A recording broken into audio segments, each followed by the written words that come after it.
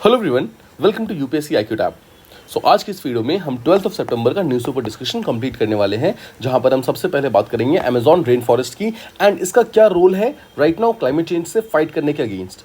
Now climate change आप जानते हैं ऑलरेडी बहुत तेजी से आगे बढ़ रहा है और ग्लोबल वार्मिंग उसके कारण ग्लोबल वार्मिंग उसका एक बहुत इंपॉर्टेंट मैकेनिज्म है क्लाइमेट चेंज का, जिसके तहत हमारी जो अर्थ है उसके अंदर CO2 का जो ओवरऑल परसेंटेज है वो लगातार इंक्रीज हो रहा है, जिसके कारण हमारा अर्थ जो है कंपैरेटिवली वार्मर होता जा रहा है। राइट, तो इस चीज़ से फाइट करने के लिए हमें करना क्या है, हमें CO2 को एब्जॉर्व करवाना है और CO2 को एब्जॉर्व करने में अमेजॉन रेन फॉरेस्ट जो है वो एक बहुत इंपॉर्टेंट रोल प्ले कर रहा है।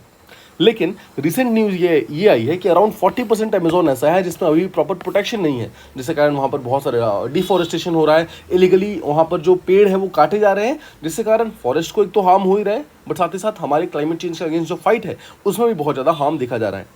ये चीज़ स्पेशली देखी जा रही है जो साउथ वेस्ट अमेजॉन पार्ट है, जैसे कि Brazil, Peru, French Guiana, Suriname, इन सब कंट्रीज़ में सबसे ज़्यादा डिस्ट्रक्शन देखा जा रहा है अमेजॉन रेन फॉरेस्ट का। नाउ एक सैटेलाइट इमेजिंग देखी गई थी जिसके तहत ये मालूम चला कि जो अमेजॉन है उसका 61% एरिया तो प्रॉपर प्रोटेक्टेड है, मतलब वो सेफ है, लेकिन अराउंड 39 to 40% जो एरिया है वहाँ पर डिफॉरेस्टेशन काफ़ी तेज़ी से आगे बढ़ रहा है। और इसका एक कॉन्सिक्वेंस ये था कि 2022 के एक रिपोर्ट के अनुसार अमेजॉन ने ओवरऑल सिर्फ 71.5 बिलियन टन्स ऑफ CO2 को ही एब्जॉर्ब कर पाया, जो कि काफ़ी नहीं था हमारे उस पर्टिकुलर ईयर के जितना CO2 हमारा रिलीज हुआ है एटमॉस्फेयर के अंदर उसको पूरी तरीके से एब्जॉर्व करने में। मतलब कि हम ज़्यादा CO2 रिलीज कर रहे हैं, बट जब बात आती है उसको एब्जॉर्ब करने की वापस, तो वो चीज़ हम प्रॉपरली कर नहीं पाए। स्पेशली जो अमेजॉन जो कि एक बहुत इंपॉर्टेंट रोल प्ले करता है इस पर्टिकुलर चीज़ में, वो भी कहीं ना कहीं यहाँ पर पीछे रह गया।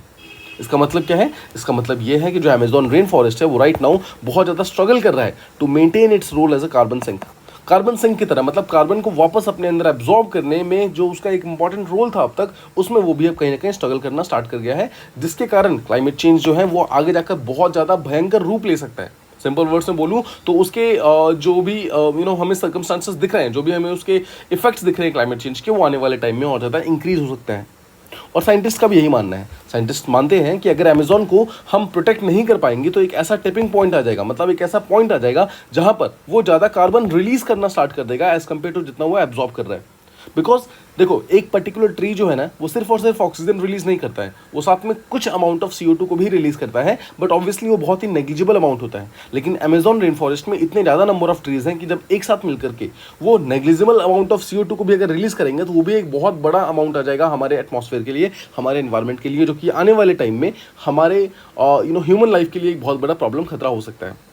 राइट, अब देखो एक चीज़ समझो, अमेजॉन कितने अच्छे तरीके से कार्बन सिंक का काम कर पाएगा वो इस बात पे डिपेंडेंट है कि अमेजॉन की बायोडाइवर्सिटी कितनी स्ट्रांग है, उसका कैनोपी कवर मतलब ट्री कवर जो है वो कितना स्ट्रांग है। अगर हम डिफॉरेस्टेशन करके उसके ओवरऑल ट्रीज को कम कर देंगे तो ऑब्वियसली वो एक अच्छे कार्बन रिजर्वायर की तरह काम नहीं कर पाएगा, और ऐसा ही अभी राइट नाउ हो रहा है। ध्यान रखिएगा, अमेजॉन रेन फॉरेस्ट को लंग्स ऑफ द अर्थ बोला जाता है बिकॉज इसकी कैपेसिटी बहुत स्ट्रांग है CO2 को एब्जॉर्ब करने की और ऑक्सीजन को प्रोड्यूस करने की, और इसके कारण वो एक ग्लोबल क्लाइमेट स्टेबलाइजर की तरह भी काम करता है, जहां पर वो रेनफॉल को रेगुलेट कर पाता है और हीट को एब्जॉर्ब कर पाता है CO2 को एब्जॉर्ब करके और ऑक्सीजन को रिलीज करने के बाद। ठीक है, सो उम्मीद करता हूँ अमेजॉन के बारे में ये चीज़ आपको प्रॉपरली समझ आ गई। Now let's talk about Mumbai, और मुंबई के अंदर जो सॉल्ट पैन्स हैं उनकी बात करते हैं, उनकी इंपॉर्टेंस क्या है। पहले समझते हैं सॉल्ट पैन्स क्या होते हैं। देखो, मान लेते हैं दिस इज सी, ये वाला पार्ट सी है और यहाँ पर कोस्टल एरियाज है, तो सी का एक ऐसा पार्ट होता है, ये वाला पार्ट मान लो, जहाँ पर सी वाटर आता है और वापस रिसीड कर जाता है, मतलब पानी आकर के वापस चला जाता है। तो उसके कारण क्या होता है, सी के अंदर जो भी सॉल्ट था, मतलब जो डिजॉल्व सॉल्ट था ना, वो यहाँ पे आकर रुक जाता है। तो ये एक ऐसा एरिया होता है जहाँ पर बेसिकली पानी जो है वो आता है वापस चला जाता है और यहाँ पर सिर्फ और सिर्फ नमक छूट जाता है, जिसके कारण सॉल्ट्स बनते हैं लॉन्ग टर्म में, मतलब इकोनॉमिकली सॉल्ट बनाने का काम किया जाता है। नौ सॉल्ट पैन का एक इकोलॉजिकल फ़ायदा भी होता है। एक इकोलॉजिकल फ़ायदा ये है कि मान लेते हैं कि अगर यहाँ पर किसी भी तरीके से इस पर्टिकुलर रिवर में या फिर इस पर्टिकुलर समंदर में अगर पानी का अमाउंट बढ़ गया, let's say because of access rainfall, मान लो मानसून, जैसे इस साल लानिना के कारण मानसून बहुत स्ट्रांग है, तो मान लो मानसून स्ट्रांग होने के कारण यहाँ पर पानी बढ़ गया, पानी बढ़ने के कारण अगर ये पानी लगातार इस पर्टिकुलर एरिया में आ जाएगा, ठीक है, तो इसको पार करके तो इस एरिया में वो फ्लडिंग भी कॉज कर सकता है, ऑब्वियसली अर्बन फ्लडिंग जिसको हम बोलते हैं, राइट, अर्बन फ्लडिंग। बट देखो, ये जो सॉल्ट पैन्स है ना, ये कहीं ना कहीं वाटर एब्जॉर्बर का काम भी करते हैं, वाटर को एब्जॉर्ब कर लेते हैं, मतलब बिकॉज यहाँ पर सॉल्ट इतना स्ट्रांग है तो इसकी जो नीचे की जो सॉइल होती है बेसिकली वो वाटर को एब्जॉर्ब कर लेती है, जिसके कारण जो एक्सेस पानी होता है इसके अंदर, एक्सेस पानी, वो सारा का सारा यहाँ पे एब्जॉर्ब हो जाता है, और एब्जॉर्ब होने के कारण ज़्यादा अमाउंट ऑफ पानी जो है वो आगे अर्बन एरियाज तक नहीं पहुँच पाता है, जिसके कारण आगे जाकर अर्बन फ्लडिंग नहीं हो पाती है। तो ये एक बहुत बड़ा फ़ायदा है सॉल्ट पैन्स का। अब समझते हैं कि एग्जैक्टली क्या है। तो आई होप आप समझ गए सॉल्ट पैन्स क्या है। वो एक ऐसे लो लाइंग एरियाज हैं जहाँ पर सॉल्ट निकालने का काम करते हैं सी वाटर से, सो दैट उस सॉल्ट को कमर्शियली हम सॉल्ट ऑब्वियसली बना करके आगे जाकर उसको इकोनॉमिकली बेच सकें, ठीक है। और साथ ही साथ वो मुंबई के कोस्टल इकोसिस्टम में भी एक बहुत इंपॉर्टेंट रोल प्ले करते हैं। जैसा मैंने आपको बताया, वो अर्बन एरियाज के अंदर फ्लड्स तक नहीं आने देते, राइट। तो देखो मुंबई में कहाँ कहाँ पे एग्जैक्टली सॉल्ट पैन्स प्रेजेंट है, तो इन सब प्लेसेस का जैसे कि वडाला हो गया, मानखुर्द, मुलुंद, इन सब एरियाज में प्रेजेंट है। और ये नेचुरल रेन वाटर एब्जॉर्बर का काम करते हैं, जैसा मैंने आपको ऑलरेडी समझा दिया, राइट। इसके कारण वो लोग अर्बन फ्लडिंग होने से रोक लेते हैं। नाउ पॉइंट ये है, इस पर्टिकुलर चीज़ को यहाँ पर अर्बन डेवलपमेंट के लिए इस्तेमाल करने की ज़रूरत है। बिकॉज अगर हम सी के पास में एक प्रॉपर लेट्स से कि एक एरिया बनाना चाहते हैं, एक अर्बन डेवलपमेंट करना चाहते हैं, हम वहाँ पर हाउसेस बनाना चाहते हैं, तो बहुत इंपॉर्टेंट है कि उससे पहले एक सॉल्ट पैन हो। और सॉल्ट पैन होता है तो ऑब्वियसली अर्बन फ्लडिंग का जो खतरा है वो कहीं ना कहीं खत्म हो जाता है। लेकिन एक रिसेंट कॉन्ट्रोवर्सी चल रही है महाराष्ट्र में, जहाँ पर सेंट्रल गवर्नमेंट ने रिसेंटली मुंबई का जो सॉल्ट पैन है उसमें से 258 एकड़ का अप्रूवल दे दिया है उसने कि धारावी रीडेवलपमेंट प्लान के अंदर उसको इस्तेमाल किया जाएगा। सिंपल वर्ड्स में, सॉल्ट पैन को अब धारावी रीडेवलपमेंट प्रोजेक्ट में इस्तेमाल करना है। मतलब वहाँ पर स्लम एरियाज को हटा करके वहाँ पर घर बनाए जाएंगे, वहाँ पर बिल्डिंग्स बनाई जाएंगी। बट द पॉइंट इज कि अगर हम वहाँ से सॉल्ट पैन को हटा देंगे तो जो नेचुरल वाटर एब्जॉर्बिंग की कैपेसिटी है वो भी तो हट जाएगा साथ में। तो इसका मतलब है कि जब भी अगर वाटर का लेवल बढ़ेगा सी में तो ऑब्वियसली फिर प्रॉब्लम बढ़ जाएगी। बिकॉज आने वाले टाइम में जैसे जैसे क्लाइमेट चेंज आगे बढ़ रहा है वैसे वैसे चीज़ें एक्सट्रीम में जा रही हैं। तो अगर रेनफॉल थोड़ी ज़्यादा होनी स्टार्ट हो गई तो पानी तो फिर अर्बन एरियाज़ की तरफ आएगा, अर्बन एरियाज़ में फ्लडिंग आ जाएंगी, फिर बहुत लोगों की जान जाएगी, प्रॉपर्टी डैमेज होगा, राइट। एंड जो चीज़ उसको रोक सकता था, यानी कि जो ये सॉल्ट पैन जो उसको रोक सकते थे, उसको हटाकर अब हम वहाँ पर घर बनाने की कोशिश कर रहे हैं। हम वहाँ पे धारावी रीडेवलपमेंट प्रोजेक्ट बनाने की कोशिश कर रहे हैं। आपने धारावी स्लम्स के बारे में सुना होगा, राइट। वहाँ पर स्लम एरियाज हैं, धारावी स्लम्स, उसी स्लम्स को हटा करके वहाँ पर रीडेवलप करने की कोशिश कर रहे हैं, राइट। सो ये भी एक बहुत बड़ा प्रॉब्लम है जिसके कारण क्रिटिसिज्म काफ़ी उठ गया है। जो अपोजिशन लीडर्स हैं वो भी, इन्वायरमेंटलिस्ट हैं वो सब भी, वो लोग क्या बोल रहे हैं, वो बोल रहे हैं कि सॉल्ट पैन्स का इस्तेमाल अगर हम कंस्ट्रक्शन के लिए करेंगे तो ऑब्वियसली हमारा जो इकोसिस्टम, मुंबई का जो कोस्टल इकोसिस्टम जो ऑलरेडी बहुत फ्रेजाइल है, बहुत वीक है, वो और ज़्यादा वीक हो जाएगा।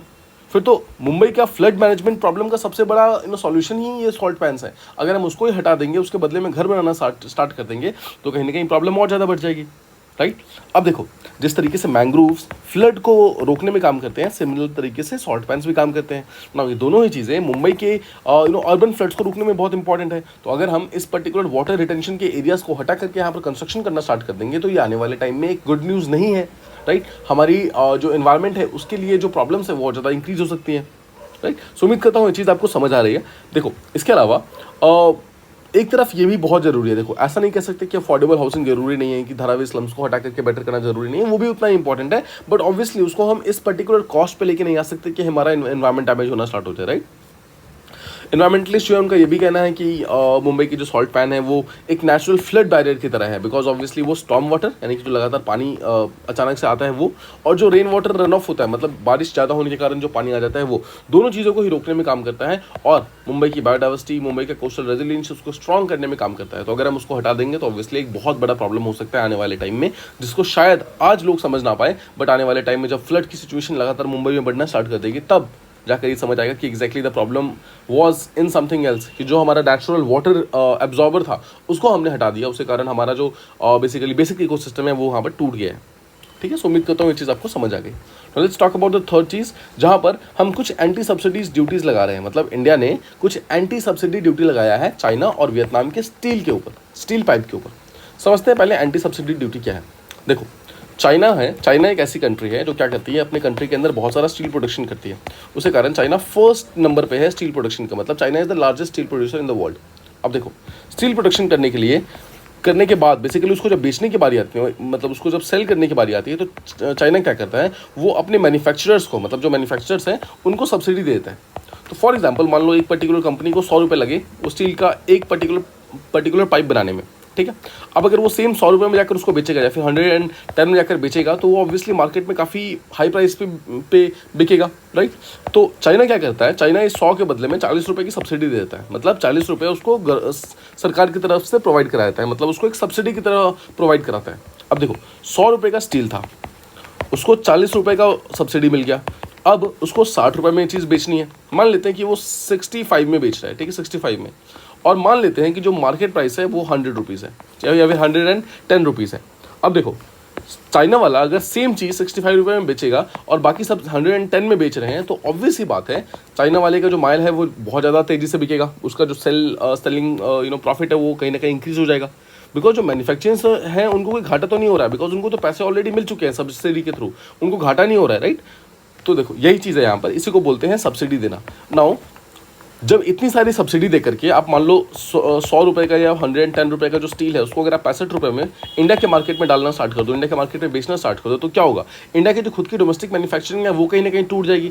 इंडिया के जो खुद के डोमेस्टिक लेवल पे जो स्टील बना रहे हैं उनका दाम तो अभी भी 110 ही रुपीज़ है, तो उसको तो कोई खरीदेगा नहीं, सब तो चाइना की तरफ जाएंगे जो 65 रुपये में सेम चीज़ बेच रहा है, राइट। तो यही चीज़ है यहाँ पर। इसी चीज़ को रोकने के लिए, इसी सब्सिडी को रोकने के लिए गवर्नमेंट ने इसके ऊपर एक एंटी सब्सिडी ड्यूटी लगा दी है, जो कि ऑलमोस्ट 12 से 30% तक का है, मतलब 12% से लेकर 30% तक का है, डिपेंडिंग ऑन डिफरेंट चीज़ें, ठीक है। तो देखो ध्यान रखना, ये चीज़ चाइना और वियतनाम दोनों पे लगाई गई है। वियतनाम पे क्यों लगाई गई है मैं आपको थोड़ी देर में समझाऊंगा। नाउ ये इंडिया के ब्रॉडर स्ट्रेटजी का पार्ट है, जिसके तहत इंडिया अपने खुद के डोमेस्टिक स्टील इंडस्ट्री को बचाना चाहता है from the unfair trade practices of China and जो बाकी कोई भी कंट्री है जो ऐसा कुछ भी कर रही है, राइट। नाउ ये चीज़ लगाता कौन है, ध्यान रखिएगा, DGTR यानी कि directorate general of trade remedies नाम की एक बॉडी है जो कि इस पर्टिकुलर चीज़ों को लगाती है, मतलब ऐसे रिस्ट्रिक्शंस लगाती है, इंपोर्ट रिस्ट्रिक्शंस लगाती है, ऐसे एंटी सब्सिडी ड्यूटीज़ लगाती है, ठीक है। उन्होंने एक इन्वेस्टिगेशन किया, उसके कारण ये पाया गया कि जो चाइना है और जो वियतनाम है, इन दोनों ही कंट्रीज जो भी स्टील आते हैं वो मार्केट प्राइस से बहुत कम दाम पे मिल रहा है। और मिल क्यों रहा है, बिकॉज वो अपनी मैन्युफैक्चरिंग को कहीं ना कहीं सब्सिडीज देकर के उसको कॉम्पनसेट कर रहे हैं, तो उसके कारण हमारी जो खुद की डोमेस्टिक मार्केट है वो पूरी तरीके से टूट जा रही है, राइट। और ऑलरेडी हम बहुत सारा कंपटीशन फेस कर रहे हैं स्टील इंडस्ट्री के अंदर, बिकॉज हमारी जो डोमेस्टिक स्टील इंडस्ट्री है वो अच्छी तरीके से अपलिफ्ट नहीं हो पा रही है, बिकॉज फॉरेन कंट्रीज से इंपोर्ट हम बहुत ज़्यादा कर रहे हैं और वो कंपैरेटिवली कम प्राइस पे होने के कारण हमारी खुद की जो स्टील इंडस्ट्री है वो सही तरीके से अपलिफ्ट नहीं हो पा रही है। अब देखो चाइना का तो हम डायरेक्टली समझ गए, चाइना का तो हम समझ गए कि वो तो बनाता ही इस तरीके से है कि लेस प्राइस पे वो बेचने की कोशिश करता है। बट वियतनाम का क्या है, देखो वियतनाम को समझाता हूँ मैं। वियतनाम में कुछ इस तरीके से चाइना क्या करता है, चाइना सेम प्रोडक्ट को सब्सिडी देकर के वियतनाम को बेचता है, ठीक है। ध्यान रखिएगा, चाइना मान लो 100 रुपये की चीज़ है, उस चीज़ को 50 रुपये में वियतनाम को बेच देता है और बाकी 50 रुपये ऑब्वियसली अपनी मैन्युफैक्चर को सब्सिडी में दे देता है। अब वियतनाम को वो चीज़ सिर्फ 50 रुपये में मिली है, तो वो अपना 10 रुपये का प्रॉफिट मार्जिन लेकर के 60 रुपये का मान लो लाके इंडियन मार्केट में बेचना स्टार्ट कर देगा। ध्यान रखना, ये चीज़ वियतनाम ने बनाई नहीं है, ये चीज़ बनाई चाइना नहीं है अभी भी, राइट। बट बिकॉज उसने वियतनाम को सस्ते में दिया है तो वियतनाम जाके सस्ते में बेच रहा है। बट वही चीज़ फिर से एक बार इंडिया, जिसमें सेम वही चीज़ 110 में बिक रही थी, अब इंडिया का मार्केट खराब हो जाएगा, बिकॉज सेम मार्केट में एक तरफ तो इंडियंस के द्वारा बनाया हुआ 110 रुपये की चीज़ है, वहीं दूसरी तरफ चाइना के द्वारा बनाए हुए 55 और 60 रुपये की चीज़ है, वियतनाम के द्वारा खरीदा हुआ 60 रुपये की चीज़ है। तो ऑब्वियसली जो इंडियन चीज़ें हैं, इंडियन डोमेस्टिक मार्केट है, वो सही तरीके से अपलिफ्ट नहीं हो पाएगा, बिकॉज उसको बहुत ज़्यादा कॉम्पिटिशन मिल रहा है कम प्राइस होने के कारण चाइना और वियतनाम से। And that is why China और वियतनाम दोनों ही तरीके से, दोनों ही कंट्रीज़ के ऊपर इंडिया ने एंटी सब्सिडी ड्यूटीज़ लगाए हैं स्टील पाइप्स के ऊपर, ठीक है। नाउ जैसे मैंने आपको स्टार्टिंग में बताया, चाइना जो है वर्ल्ड के सबसे लार्जेस्ट स्टील प्रोड्यूसर है और वो बहुत इनफेमस है, मतलब फेमस नहीं है एंटी डंपिंग ड्यूटी के कारण, मतलब बहुत सारी एंटी डंपिंग्स करता है, वो बहुत सारी डंपिंग करता है दूसरी कंट्रीज में जाकर के, मतलब बहुत सारा एक पर्टिकुलर चीज़ को बहुत ज़्यादा बना करके मैन्युफैक्चर करके फिर जाकर दूसरी कंट्री में बेच देता है कम दाम पे। उसके कारण वो पर्टिकुलर जो कंट्री जिसमें वो जाकर बेचता है वहाँ पर जाकर उसका मार्केट खराब हो जाता है, right. So this is what it is. इसी कारण इंडिया ने कुछ एक्शंस लिए हैं, इसको प्रोटेक्शनिज्म बोलते हैं, जहां पर प्रोटेक्शनिज्म करके इंडिया बेसिकली अपने खुद के स्टील सेक्टर को बचाने की कोशिश कर रहा है, ठीक है। सो उम्मीद करता हूँ ये चीज़ आपको प्रॉपर्ली समझ आ गई है। Let's talk about the Manipur, और जो मणिपुर के अंदर जो ऑनगोइंग क्राइसिस और किस तरीके से हमने उसको रिस्पॉन्ड किया वो समझते हैं। देखो मणिपुर के अंदर प्रॉब्लम बहुत ज़्यादा इंक्रीज हो चुकी है, जैसा हम ऑलरेडी जानते हैं, और वो 1 साल से ज़्यादा से हो रही है। एथनिक क्लासेस हो रहे हैं, मतलब आपस में वो दोनों दो जो ग्रुप है वो ग्रुप फाइट कर रहे हैं, देन उनकी फाइट हो रही है, एक तरफ पुलिस से, आर्म फोर्सेस से, आर्मी से फाइट हो रही है, राइट। तो इस तरीके से मणिपुर में जो सिचुएशन है वो बहुत ज़्यादा खराब हो गई है, बद से बदतर होती जा रही है आराम से। अब यूनियन गवर्नमेंट का जो रिस्पॉन्स है वो यहाँ पर वो बहुत ज़्यादा इनएडिक्वेट रहा है। यूनियन गवर्नमेंट ने ऐसा लग रहा है जैसे मणिपुर को छोड़ सा दिया है, राइट। वो बिल्कुल कुछ नहीं कर रही है। एक नॉन गवर्नेंस का बेस्ट एग्जांपल जो है राइट नाउ वो यहाँ पर मणिपुर में देखा जा रहा है, जहाँ पर कोई एफर्ट्स दिखाई नहीं दे रहे सेंट्रल गवर्नमेंट के द्वारा कि लॉ एंड ऑर्डर को किस तरीके से रिस्टोर कर सकते हैं। उन्होंने क्या किया है, एट द मैक्सिमम उन्होंने बस आर्म फोर्सेस को यहाँ भेज दिया, दैट्स इट, नथिंग एल्स। कोई वहाँ पर किसी भी तरीके से बातचीत करने की कोशिश नहीं कर रही है, किसी भी तरीके से एक फॉर्मल आउटकम निकालने की कोशिश नहीं कर रहे हैं वो लोग, जिसके कारण मणिपुर का सिचुएशन जो है एक बहुत बड़ा नेशनल इशू बन चुका है, जहाँ पे एक तरफ तो स्टेट गवर्नमेंट उसकी ऑलमोस्ट कोलैप्स हो गई है, वो सही तरीके से काम नहीं कर पा रही है, जो फंडामेंटल प्रॉब्लम्स है उसको सॉल्व नहीं कर पा रहे हैं। अब चीज़ें जब सेंट्रल गवर्नमेंट के पास आनी चाहिए तो वो वहाँ पर कुछ नहीं कर पा रहे हैं, उसके कारण बहुत सारा क्रिटिसिज्म हो रहा है कि गवर्नमेंट ने किस तरीके से हैंडल किया है मणिपुर क्राइसिस को, राइट। बहुत ही डिलेड और बहुत ही वीक रिस्पॉन्स माना जा रहा है इस पर्टिकुलर चीज़ को। नाउ जैसा मैंने आपको बताया, गवर्नमेंट ने क्या किया, सिर्फ उन्होंने पुलिस को और आर्म फोर्सेस को वहाँ पर डिप्लॉय कर दिया है, बट इसके बावजूद 1 साल से एथनिक क्लैशेस वहाँ पे हो रहे हैं, सिविल स्ट्राइफ्स, मतलब आपस में वो लोग फाइट कर रहे हैं वहाँ पर। कोई भी बहुत बेसिक इंटरवेंशन नहीं आ रही यहाँ पर मिनिस्ट्री ऑफ होम अफेयर्स से या फिर डायरेक्टली हमारे सेंट्रल गवर्नमेंट की किसी भी पार्ट से। उसके कारण क्वेश्चन की जो गवर्नमेंट की जो कमिटमेंट है उसके ऊपर क्वेश्चन उठ रहे हैं कि क्या वो सच में स्टेट बिल्डिंग के ऊपर काम कर रहा है या फिर is it letting Manipur burn, क्या वो छोड़ दे रहा है, क्या उसने छोड़ दिया है मणिपुर को। मणिपुर में लगातार वुमेन्स के अगेंस्ट वायलेंसेस हो रहे हैं, लगातार एल्डर्स एंड चिल्ड्रंस जैसे लोग हैं जो वहाँ पर क्लैशेस के अंदर मारे जा रहे हैं, सिविलियंस मारे जा रहे हैं, right. So these are the kind of problems that right now Manipur is facing. Now उसका हिस्टोरिकल रीजन क्या है? The historical reason is identity politics. वहाँ पर लगातार एक फाइट हो रही है between the Hindu majority groups और जो क्रिश्चियन माइनॉरिटीज है। कुकी जिसको हमने मिलिटेंट डिक्लेयर कर दिया है, वो बेसिकली इस पर्टिकुलर ग्रुप के पार्ट बनते हैं और वो फाइट कर रहे हैं लगातार अपने राइट्स के लिए। वहाँ पर दूसरे ग्रुप्स जो है वो बोलते हैं हम अपने राइट्स के लिए फाइट कर रहे हैं, and there is a ongoing problems between these two different communities. एक तरफ हिंदू मेजॉरिटी और सेकंड तरफ क्रिश्चियन माइनॉरिटी कम्युनिटी। एक तरफ नेशनलिज्म का प्रमोशन हो रहा है, वहीं दूसरी तरफ एक स्टेट है जो कि अपने खुद के एथनिक ग्रीवेंसेस को, प्रॉब्लम को सॉल्व नहीं कर पा रहा है। इन सब चक्करों में हो क्या रहा है, कुछ ऐसे ग्रुप्स होते हैं एक पर्टिकुलर स्टेट में जो कहीं ना कहीं एलिनेट हो जाते हैं, जो दूर हो जाते हैं, उसके ऊपर कोई ध्यान नहीं देता, और बाद में जब उसको ऐसा महसूस होता है कि मेरे ऊपर ध्यान नहीं दिया जा रहा है, तो obviously it takes up arms, तो वहाँ पर वो हथियार उठा लेता है। And this is exactly what is happening in Manipur right now. ठीक है, सो उम्मीद करता हूँ आपको ये चीज़ प्रॉपर्ली समझ आ गई है। ये थे हमारे आज के प्रॉपर डिस्कशन। अगर आपको कहीं पर भी कोई भी डाउट है तो आप उसे कमेंट बॉक्सेस में मेंशन कर सकते हैं, हम उसे जल्दी से जल्दी रिप्लाई करने की पूरी कोशिश करेंगे। अपार्ट फ्रॉम दैट, अगर आपको ये वीडियो पसंद आई हो एंड आपको कुछ नया सीखने को मिला हो तो प्लीज़ इस वीडियो को लाइक करें, अपने फ्रेंड्स एंड कलीग के साथ शेयर करें एंड चैनल को सब्सक्राइब